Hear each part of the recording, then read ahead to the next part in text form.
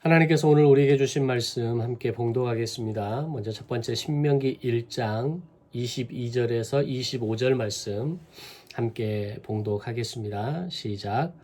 너희가 다 내 앞으로 나와 말하기를 우리가 사람을 우리보다 먼저 보내어 우리를 위하여 그 땅을 정탐하고 어느 길로 올라가야 할 것과 어느 성읍으로 들어가야 할 것을 우리에게 알리게 하자 하기에 내가 그 말을 좋게 여겨 너희 중 각 지파에서 한 사람씩 12를 택하매 그들이 돌이켜 산지에 올라 에스골 골짜기에 이르러 그곳을 정탐하고 그 땅의 열매를 손에 가지고 우리에게로 돌아와서 우리에게 말하여 이르되 우리의 하나님 여호와께서 우리에게 주시는 땅이 좋더라 하였느니라. 아멘. 민수기 14장 1절에서 5절까지 말씀 봉독하겠습니다. 시작. 온 회중이 소리를 높여 부르짖으며 백성이 밤새도록 통곡하였더라. 이스라엘 자손이 다 모세와 아론을 원망하여 온 회중이 그들에게 이르되 우리가 애굽 땅에서 죽었거나 이 광야에서 죽었으면 좋았을 것을 어찌하여 여호와가 우리를 그 땅으로 인도하여 칼에 쓰러지게 하려 하는가. 우리 처자가 사로잡히리니 애굽으로 돌아가는 것이 낫지 아니하랴. 이에 서로 말하되 우리가 한 지휘관을 세우고 애굽으로 돌아가자 하매 모세와 아론이 이스라엘 자손의 온 회중 앞에서 엎드러 진지라. 아멘. 민수기 14장 13절에서 20절까지 말씀 함께 읽겠습니다. 시작. 모세가 여호와께 여짜오되 애굽인 중에서 주의 능력으로 이 백성을 인도하여 내셨거늘 그리하시면 그들이 듣고 이 땅 거주민에게 전하리이다. 주 여호와께서 이 백성 중에 계심을 그들도 들었으니 곧 주 여호와께서 대면하여 보이시며 주의 구름이 그들 위에 섰으며 주께서 낮에는 구름 기둥 가운데에서 밤에는 불 기둥 가운데에서 그들 앞에 행하시는 것이니이다. 이제 주께서 이 백성을 하나같이 죽이시면 주의 명성을 들은 여러 나라가 말하여 이르기를 여호와가 이 백성에게 주기로 맹세한 땅에 인도할 능력이 없었으므로 광야에서 죽였다 하리이다. 이제 구하옵나니 이미 말씀하신 대로 주의 큰 권능을 나타내옵소서. 이르시기를 여호와는 노하기를 더디하시고 인자가 많아 죄악과 허물을 사하시나 형벌받을 자는 결단코 사하지 아니하시고 아버지의 죄악을 자식에게 갚아 3, 4대까지 이르게 하리라 하셨나이다. 구하옵나니 주의 인자의 광대하심을 따라 이 백성의 죄악을 사하시되 애굽에서부터 지금까지 이 백성을 사하신 것 같이 사하시옵소서. 여호와께서 이르시되 내가 네 말대로 사하노라. 아멘. 기도하겠습니다. 좋으신 하나님 감사합니다. 오늘 사순절 첫 번째 주일 또 주일의 거룩한 예배를 맞아서 우리 각 가정의 거룩한 예배의 처소에서 가족이 함께 한 자리에서 하나님 앞에 예배를 올려드립니다. 이 시간 드려지는 예배를 받으시고 우리의 몸과 마음과 정성과 우리의 영혼까지 온전히 영과 진리로 예배하는 귀한 예배가 되게 하여 주옵소서. 이 시간 말씀을 주실 때에 그 말씀 앞에 반응하게 하시고 그 말씀 앞에 결단하며 믿음의 삶을 살아가기를 소망하는 경배와 찬송과 영광의 삶이 되게 하여 주옵소서. 완도지역으로 내려가서 복일도에서 근무하는 정집사님 주님 기억하여 주시고 그곳에서 시간과 상황과 마음을 잘 관리하여서 예배의 자리를 지켜가고 하나님 앞에 예배하는 귀한 성도로 세워갈 수 있도록 하나님 건강과 형편과 상황을 지켜주시고 보호하여 주시옵소서. 오늘도 함께 예배하는 모든 지체들에게 오늘 동일한 성령의 기름 부으심을 허락하시고 충만한 역사와 은혜로 인도하여 주옵소서. 감사드리오며 예수님의 이름으로 기도드리옵나이다. 아멘. 우리가 인생을 살면서 정말 후회가 되고 가슴 아파하면서 돌아보는 시간들이 한 번쯤, 아니 어쩌면 그 이상의 시간들이 있습니다. 할 수만 있다면 잊어버리거나 지워버리고 싶고, 또 그 시간으로 돌아갈 수만 있다면 전혀 새로운 결정을 통해서 다시 도전해보고 싶은 마음도 있을 것입니다. 여러분들에게는 그 시간이 언제이셨고, 그리고 어떤 일이십니까? 이와 동일한 물음을 모세에게 묻는다면 그는 언제라고 말을 할까요? 모세의 120년 인생을 우리가 삼자의 눈으로 바라봐도 그의 인생에는 손에 꼽을 수 있는 아주 굵직굵직한 사건들이 몇 가지가 있습니다. 아마 그 중에서도 분명한 한 가지의 사건은 바로 오늘 본문이 배경이 되는 가데스 바네아 사건이 될 것입니다. 이 외에도 몇 번의 큰 사건들이 있었습니다. 갈대 상자에 담겨 나일강에 던져졌던 기가 막힌 사연들, 또는 바로의 공주의 손에 기적적으로 건짐을 받은 사건들, 그런 일들도 있지만, 그러나 그런 일들은 모세가 선택할 수 있는 시간은 아니었고, 또 성인이 된 이후에 애굽 사람을 죽이고 결국 미디아 광야로 쫓겨 도망자의 신분으로 살아가는 것도 사실은 그의 미숙함과 혈기로 일어난 결과이기에 조금 관점에서 벗어난 이야기가 될 수 있습니다. 그러나 가데스 바네아에서의 사건은 모세의 80세 이후 마지막 세 번째 텀인 40년 인생 가운데 아마 가장 첫 번째로 기억에 남을 만한 후회가 되는 시간이었을 것입니다. 이스라엘은 시내산에서의 1년을 보내고 출애굽 둘째 해 2월 20일에 드디어 시내산을 떠나게 됩니다.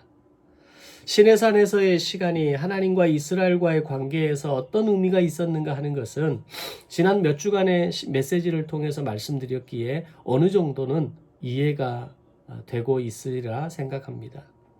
시내산은 하나님과 이스라엘과에 있어서 쌍무 언약이 맺어지는 시간과 장소였습니다. 그곳에서 613가지의 율법과 그리고 5대 제사와 성막 설계도와 제작이 주어지고 실행되면서 제사장 나라라고 하는 큰 틀을 세우는 아주 중요한 시간이었습니다. 이 외에도 제사장 위임식과 대제사장 아론의 첫 번째 제사와 그리고 백성의 숫자를 계수하는 등의 아주 중요한 의미를 가진 시간들도 있지만, 여기에 대한 부분은 다음 또 주어지는 기회를 통해서 말씀을 통해 함께 알아가게 될 것입니다. 이렇게 중차대한 의미의 시간을 1년 가까이 보내고 드디어 시내산을 출발할 때 상상 가능한 것은 이스라엘의 가슴은 뜨거웠을 겁니다. 그리고 그들의 가슴으로 벅차오르는 감동은 이루 표현할 수 없을 정도로 가득했을 겁니다. 특히 시내산을 출발하는 그날 아침, 임재를 상징하는 구름이 증거계가 있는 성막에서 떠오르고 2개의 나팔 소리가 울려 퍼지는 소리를 따라서 순서에 따라서 동서남북, 좀 더 정확히는 동남서북 쪽에 있는 12지파의 200만 명이 넘는 이스라엘 진영들이 차례로 행진을 시작하며 가나안을 향해 출발하는 모습은 그야말로 장관 그 자체였을 겁니다. 더욱이 이 시간이 더욱 의미가 있는 것은 1년 전 애굽에서의 출발은 10번째 재앙 이후에 바로의 명령으로 허겁지겁 탈출하듯이 앞다투어 시작하는 하나의 그냥 무리였다면, 1년 만에 모든 것을 새롭게 정비하고 시내산을 출발하는 지금은 아론 자손이 힘차게 부는 은나팔의 소리로 그때나 지금이나 같은 수의 무리였지만, 그때는 그냥 무리가 움직이는 것이지만 지금은 군대가 행진하듯이 질서와 체계가 있는 행진이었다라고 말할 수 있는 겁니다. 이런 변화가 1년 사이에 1년 만에 이루어졌다라고 하는 것은 사실 어마어마한 겁니다.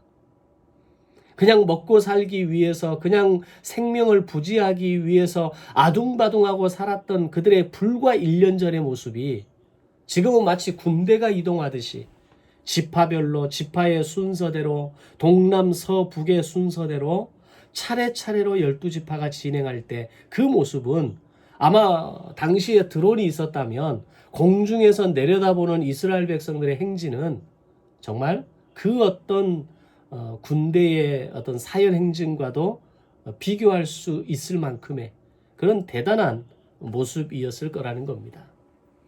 그것은 마치 우리의 인생이 예수님을 만나기 이전에 그저 상황과 형편과 경험에 따라서 살아가는 그런 어떤 혼란스러운 인생이었다면, 예수님을 만나고 난 이후에 인생의 목적과 방향과 존재의 목적과 가치를 알고 그때부터 말씀의 사인을 따라서 약속을 따라 살아가기를 결정하는 확신 있는 모습과 같은 것이 되는 겁니다. 즉, 오늘 나의 인생이 규모 있는 인생으로 살아가느냐, 여전히 규모 없이 상황에 따라, 느낌에 따라, 기분에 따라 살아가느냐, 이 변화 자체가 오늘 우리의 믿음에 중요한 중심이 있는가 없는가를 보여주는 실제가 되는 것입니다. 아마 그때 어떤 일이라도 감당할 수 있을 것 같고, 이제는 우리는 다른 인생을 살아가겠노라고 결단하는 그런 모습이 오늘 우리에게, 그리고 마치 이스라엘 백성들에게도 있었을 겁니다. 적어도 그런 결단과 확신과 고백의 시간이 지금 여러분들 정도의 신앙의 연륜이라면 아마 한 번쯤은 다 해보셨으리라 생각합니다. 그런데 문제는 이런 감동과 감격으로 출발하는 인생이었지만 그게 그렇게 오래 가지 않았다라는 겁니다. 마치 우리가 수련회를 다녀오고 또는 3, 4일 동안 진행되었던 부흥회를 참석하고 난 이후의 은혜가 길어야 일주일을 넘지 않는 것과 같은 겁니다. 이스라엘 백성도 마찬가지였습니다.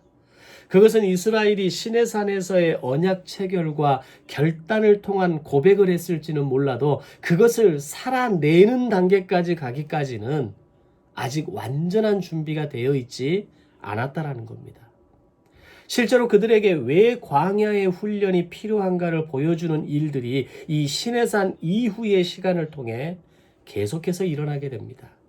그런데 그런 일들이라는 것이 전혀 새로운 것이거나 좀 더 수준 있는 모습의 것이 아닌 지금까지 여정에서 반복되어져 왔던 너무나 일상적인 수준의 일들이 반복되어지더라는 겁니다. 이미 신광야에서의 만나의 사건을 경험한 이후로 지난 1년 동안 단 하루도 빠짐없이 어김없이 하늘에서 내려지고 공급되었던 만나의 사건을 두 눈으로 보고 있고, 그들이 매일 아침 그것을 담아서 입으로 먹고 있음에도 불구하고 그들의 원망의 주제는 여전히 먹을 것이었다는 겁니다. 마치 오늘 우리의 인생에서 아무리 은혜와 사랑의 증거가 가득해도 절대로 만족되지 않고 여전히 눈만 뜨면 먹을 것과 입을 것과 물질이 나의 불평과 원망의 주제로 이어지는 것처럼 이스라엘도 역시 그런 모습이 계속해서 반복되어져 가고 있었다는 겁니다. 심지어는 모세의 실수를 빌미로 다른 어느 누구도 아닌 모세의 형제이자 동역자 그룹이었던 미리암과 아론이 이 모세의 잘못을 들추어내면서 모세의 지도력을 한 번에 엎어버리려는 일까지 일어나게 됩니다. 이 일에 대한 결과는 잘 아시는 대로 하나님께서 모세를 징계하시고 벌 주시는 것이 아니라 미리암이 나병에 걸려 7일 동안 진 밖으로 쫓겨나야 했습니다. 아론은 하나님의 침묵의 징계를 온몸으로 감내해야 했고, 이스라엘은 7일 동안 앞으로 더 이상 진행하지 못하고 매일 아침 성막에서 구름이 떠오르기만을 기다리면서 눈을 뜰 때마다 성막의 구름을 바라보고 확인해야 되는 시간을 7일 동안을 보내어지게 됩니다. 이후로도 다베랴, 기브롯 핫다아와 하세롯, 예전에 민수기 공부를 하면서 이 단어들을 좀 들어본 기억이 있으시죠? 이 지역의 모든 여정 또한 기가 막힌 과정들을 지나서 마침내 가데스 바네아에 도착하게 됩니다. 여기서 제가 기가 막힌 과정이라고 말씀드린 이유는 신명기 1장 2절의 말씀에 보면 시내산에서 가데스 바네아까지의 거리는 불과 10 하루길이었습니다. 다시 말하면 11일이면 갈 수 있는 길이었다는 겁니다. 근데 그 길을 얼마나 걸린 줄 아십니까? 자그마치 14개월에 걸쳐서 겨우겨우 도착하게 되는 것이었다는 겁니다. 이게 뭘 의미하는 것일까요? 시내산에서의 장엄하고 위대한 출발 이후에 그들의 행진이 제대로 진행된 날이 단 하루도 없었다는 이야기입니다. 11일이면 갈 수 있는 거리를 14개월에 걸쳐서 걸었다는 얘기는 매일매일이 불평과 원망으로 가득 채워져서 그들의 광야가 길어질 수밖에 없었다는 이야기입니다. 이게 상상이 됩니까? 우리가 11일이면 갈 수 있는 길을 한 달 정도가 걸렸다 그러면 놀다가 갔다라고 생각할 수도 있겠죠. 근데 11일이면 충분히 갈 수 있는 그 길을, 한 달이면 충분히 이미 도착했을 그 길을 1년이 넘는 14개월의 시간을 필요로 했다는 겁니다. 인생을 말씀의 원리로 살아내지 못하면 광야는 길어질 수밖에 없는 겁니다. 그리고 하나님은 모질고 거친 광야를 통해서라도 반드시 그들을 바꾸어 가기를 원하십니다. 그렇게 마침내 도착한 곳이 가데스 바네아였고 이때가 애굽의 시내산을 출발한 이후 14개월이 되는 때였다는 겁니다. 그렇게 보면 인간은 정말 대단합니다. 정말 안 바뀌는 것이 인간이 가진 완악함이고 설령 그것이 죄의 모습이라 할지라도 절대로 자신이 가진 것을 내놓으려고 하지 않는 것이 인간이라는 겁니다. 그런데 그게 다가 아니었습니다. 바로 이곳 가데스 바네아가 모세의 40년 인생에 있어서 결코 잊을 수 없는 장소가 되고 이후 38년의 시간 동안 두고두고 후회하는 시간과 장소가 되었다라는 겁니다. 그 사건의 내용이 오늘 첫 번째 본문에서 자세히 말씀해 주고 있습니다. 소위 각 지파의 지도자격에 해당하는 사람들이 모세에게 나와 요구합니다. 그 요구의 내용은 우리가 사람들을 먼저 가나안으로 보내어서 그들로 하여금 그 땅을 정탐하고 돌아오게 합시다 라는 의견이었습니다. 이런 과정과 정탐이 필요한 이유에 대해서는 민수기 13장 18절에서 20절에서 이렇게 기록합니다.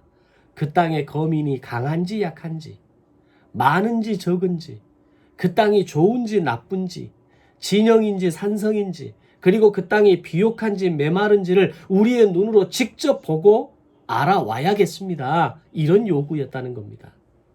사실 이 말이 우리에게는 굉장히 합리적으로 들릴 수 있습니다.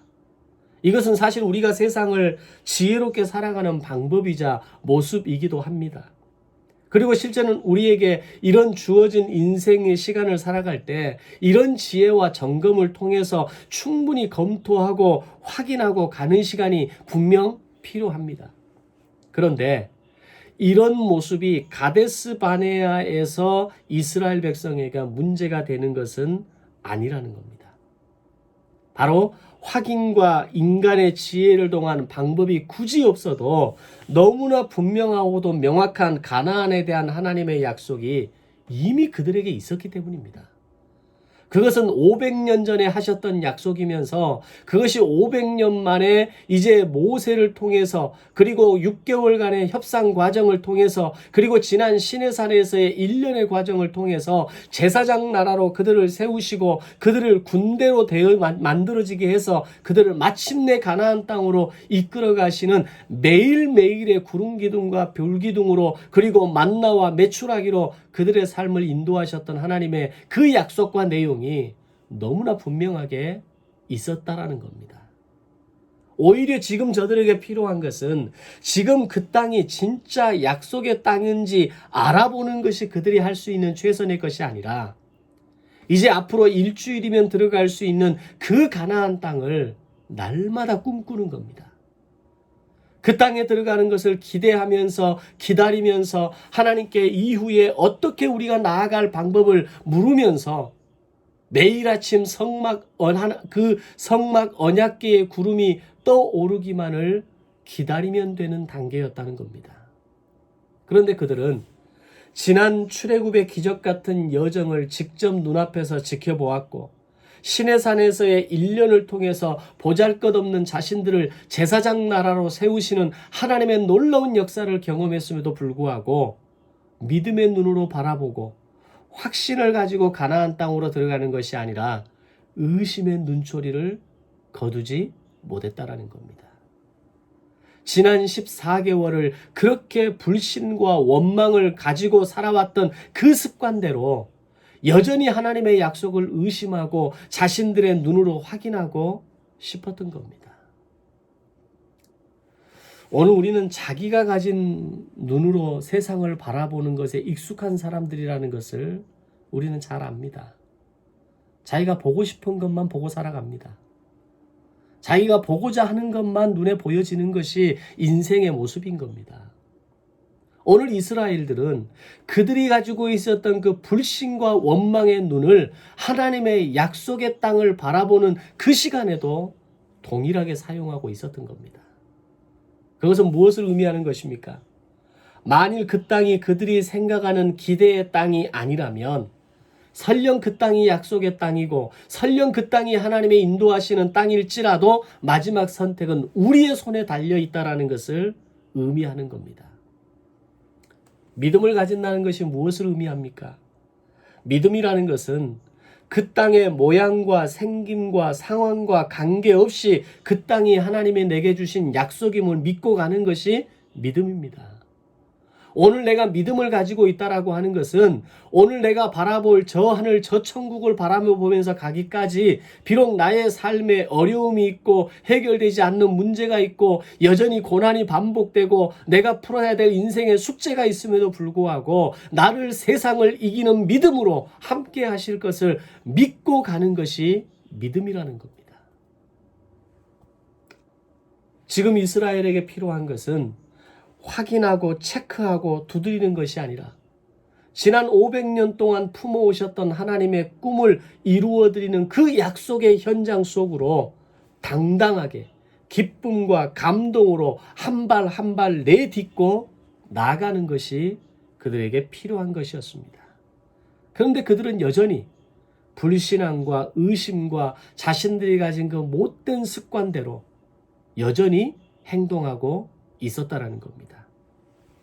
그들이 불신앙의 의도를 가지고 한 행동이라는 것을 명확하게 해주는 내용이 바로 오늘 두 번째 본문에 나타나는 보고에 대한 이스라엘의 반응이었습니다. 자, 놀라운 것은 12명의 정탐꾼이 40일을 정탐하고 보고 온 것은 동일한 것이었고 정확한 것이었다라는 겁니다. 그들은 결코 40일의 정탐 기간을 허투루 보내고 온 것이 아니었습니다. 진짜 정확하게 보고 온 겁니다. 제대로 정탐을 했던 겁니다. 그 땅은 좋고 비옥했으며 그 땅에서 나는 농산물은 최고의 것들이라는 평가를 하게 됩니다. 그런데 그에 대한 평가는 전혀 다르게 10대 2로 명확하게 갈려집니다. 여호수아와 갈렙 두 사람을 제외한 나머지 10명의 정탐꾼은 완전히 부정적인 보고였습니다. 그 땅 사람들은 거인의 모습을 한 사람들이기에 너무나 강대해서 우리는 감히 그들을 어떻게 해볼 수 없다라는 겁니다. 또한 그들은 견고한 성읍을 가졌다는 것만으로 이미 이스라엘 백성들, 이미 10명의 정탐꾼들은 겁에 질려 있었다는 겁니다. 근데요, 두려움은 불신을 가져오게 만듭니다. 불신은 더 이상 약속을 중요하지 않게 여기는 단계로까지 만들고야 만다라는 겁니다. 오늘 우리가 인생을 향해 두려움을 갖기 시작하고 나에게 주어진 시간 속에서 두려움이 내 삶에 가득하기 시작하면 더 이상 약속은 보이지 않는 겁니다. 말씀은 보이지 않습니다. 그 말씀을 통해 내게 주신 약속은 아무런 의미 없는 말씀이 되는 겁니다. 두려움과 불신으로 가득 찬 그들의 입에서 나온 참담한 말은 차라리 우리가 애굽에서 죽었거나 광야에서 죽었다면 더 나았을 거라는 말을 합니다. 우리 말로 하면, 우리가 사용하는, 우리가 많이 듣게 되는 말로 하면 차라리 태어나지 않았다면 좋았을 거다는 이런 수준의 표현이 오늘 이 10명의 정탐꾼의 보고를 통해서 나오게 되는 겁니다. 그런데 이 10명의 부정적인 평가와 두려움은 모든 백성에게 번져가기 시작합니다. 두려움의 결론은 하나님의 약속은 온데간데 없이 사라지고 애굽으로 돌아가자는 여론으로 번지기 시작합니다. 가나안으로 그대로 들어가자는 입가나안의 소수 의견과 애굽으로 돌아가자는 리턴 애굽의 다수 의견으로 갈라서게 됩니다. 갈렙과 여호수아는 그들은 우리의 먹이라고 이야기하면서 하나님이 우리와 함께 하신다면 우리는 두려워할 필요가 없다라고 옷을 찢으면서 외치지만 오히려 돌에 맞아 죽을 위기에까지 몰리게 됩니다. 이런 이스라엘의 모습을 바라보시는 하나님의 마음이 기가 막히지 않았겠습니까? 이스라엘 백성들에게는 단지 가나안으로 들어가느냐 다시 애굽으로 돌아가느냐의 그 단순한 문제로 보일지는 모르지만 하나님의 입장에서는 아브라함 때부터 지난 500년의 시간 동안 꿈꾸어 오셨던 하나님의 제사장 나라의 계획이 완전히 송두리째 뽑혀버리는 것과 다름없는 일이었다는 겁니다. 그때 하나님의 마음이 어떠셨을까요? 그런 하나님의 마음이 민수기 14장 11절 12절에서 이렇게 나타납니다. 여호와께서 모세에게 이르시되 이 백성이 어느 때까지 나를 멸시하겠느냐? 내가 그들 중에 많은 이적을 행하였으나 어느 때까지 나를 믿지 않겠느냐? 내가 전염병으로 그들을 쳐서 멸하고 내게 그들보다 크고 강한 나라를 이루게 하리라. 이렇게 말씀하십니다. 하나님은 이스라엘이 나를 멸시한다는 표현을 사용하십니다. 그들이 나를 절대로 믿지 않을 것이라고 단언하십니다. 그러므로 모세를 제외한 모든 이스라엘을 전염병으로 완전히 쳐서 진멸하시고 그들보다 크고 강한 나라를 이루어서 소위 말해서 새 판을 짜서 너에게 줄 것이라고 말씀합니다. 하나님이 얼마나 화가 나셨으면 이렇게까지 표현하셨을까요? 그러나 그것이 분노의 마음이 아니라는 것을 다른 사람들은 아무도 몰랐지만 모세는 알았습니다.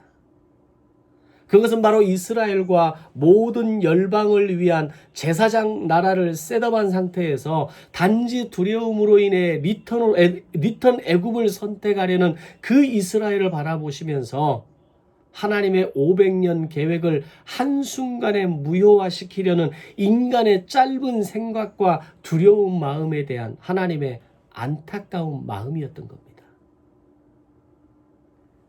그런 하나님의 마음을 알아챈 모세의 중보 기도가 오늘 세 번째 본문에서 시작됩니다.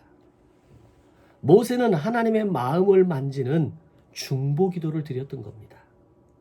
모세의 기도는 하나님의 마음을 알아들이는 기도였고 모세의 기도는 하나님의 마음을 만져드리는 기도였다는 겁니다. 만약에 여기서 하나님의 마음을 모세가 제대로 캐치하지 못하고 알아들이지 못했다면 모세가 뭐라고 말했을까요? 저는 아마 이렇게 말했을 거라고 생각합니다. 하나님, 얼마나 화가 나세요? 저도 화가 나고 아주 분통이 터집니다. 하나님 하시고 싶은 대로 하세요. 저도 이제는 더러워서 못 해먹겠습니다. 저들을 싹 쓸어버리시고 진멸하셔서 진짜 하나님이 꿈꾸시고 이루고 싶은 그 나라를 이루십시오. 저는 어떻게 돼도 상관없습니다. 차라리 그게 낫겠습니다. 라고 말했을 겁니다. 그러나 모세는 하나님의 마음을 알아줄 수 있는 유일한 사람이었다는 겁니다. 하나님의 마음을 만져드릴 수 있는 단 한 사람이었다는 겁니다. 모세가 하나님의 마음을 정확히 알아들이고 만져드린 사람이었다는 걸 어떻게 알 수 있습니까?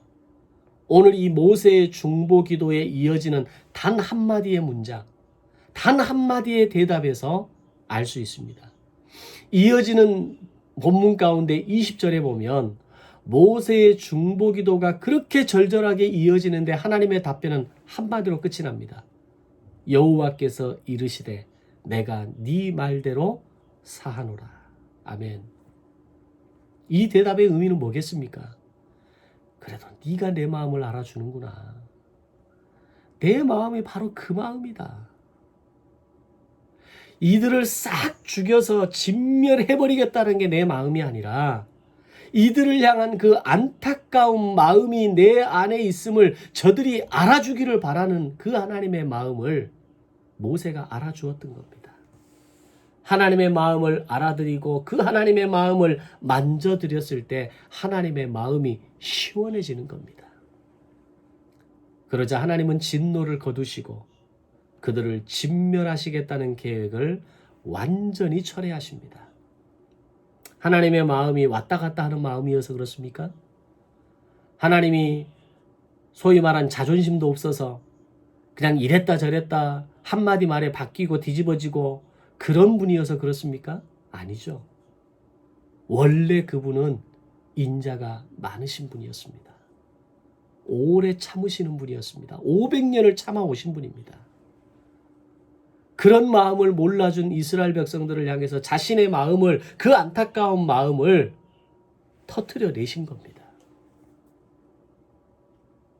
그러나 모세의 중보기도는 결국 그 하나님의 마음을 알아들임으로 말미암아 이스라엘을 진멸하시겠다는 계획을 철회하시는, 당신이 하신 말임에도 불구하고 그 당신의 말을 뒤집는 부끄러움이 있다 할지라도 내 백성을 향한 하나님의 마음, 그 아버지의 마음을 보여주고 계시는 겁니다. 그러나 하나님의 진노는 거두어지고 그들을 진멸하겠다는 계획은 철회되지만 결과는 참담하게 이어집니다. 먼저는 가나안으로 들어갈 수 있는 시간이 40년 후로 유예가 되어집니다. 시내산에서 가데스 바네아까지의 거리는 11일이면 가는 거리입니다. 이곳 가데스 바네아에서 가나안의 국경까지 가는 길은 7일이면 가는 길입니다. 11일이면 갈 수 있는 길을 14개월을 걸려왔던 것도 모자라서 7일이면 갈 수 있는 거리를 40년이 지나서야 들어갈 수 있다라고 말씀하시는 겁니다. 그리고 출애굽 세대는 여호수아와 갈렙을 제외하고 모두 광야에서 죽게 될 것이라는 것이었습니다. 이 이야기를 들었을 때 이스라엘 백성들의 마음은 무너졌을 겁니다. 이제는 다 끝났다라고 이야기할 겁니다. 그런 그들의 마음을 하나님이 다시 만지시고 놀라운 말씀을 하십니다.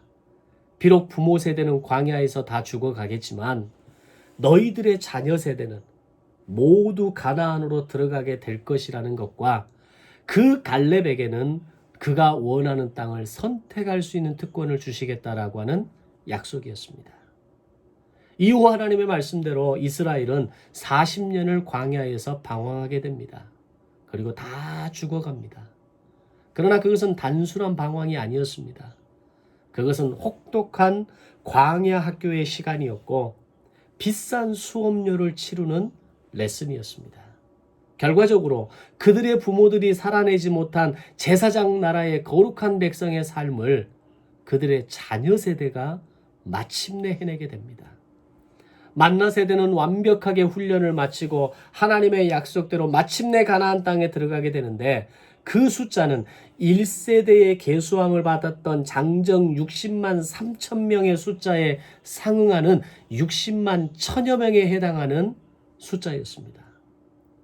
즉 만나 세대, 출애굽 제2세대는 100% 가나안 땅으로 들어가는 영광과 은혜를 얻을 수 있었다는 겁니다. 이것이 의미하는 것은 비록 가데스 바네아의 선택이 부모 세대에게는 40년의 힘든 광야의 레슨이었고 자신들은 다 죽어가야 되는 그런 현장이었지만 만나 세대, 자녀 세대에게는 제사장 나라의 거룩한 백성으로 훈련되어지는 복된 시간이었다는 겁니다. 이것이 하나님의 은혜입니다. 오늘 우리에게 광야가 어렵고 때로는 고통이 되고 때로는 우리의 삶을 어렵게 만드는 시간이지만 그러나 그 시간이 우리에게 복입니다. 그 시간이 우리를 다듬어가는 시간이고, 그 시간이 우리를 훈련되게 하는 시간이고, 그 시간이 우리의 자녀들이 믿음의 자녀로 세워갈 수 있도록 우리에게 배열하신 시간이라는 것을 알아야 하는 것입니다.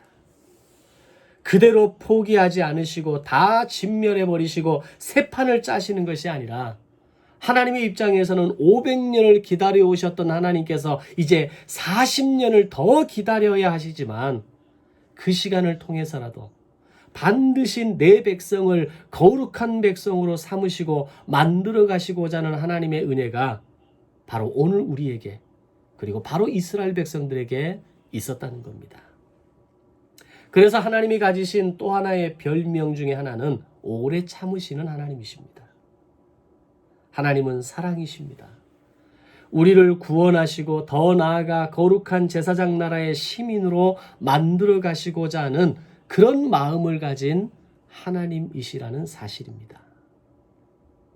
사랑하는 성도 여러분, 오늘 우리에게는 분명 2% 부족한 영역이 있습니다.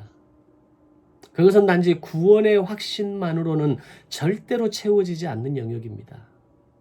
그러나 그것이 채워지지 않고 훈련되지 않고 변화되지 않는 한 우리의 불평과 불신과 원망은 절대로 해결되지 않을 겁니다.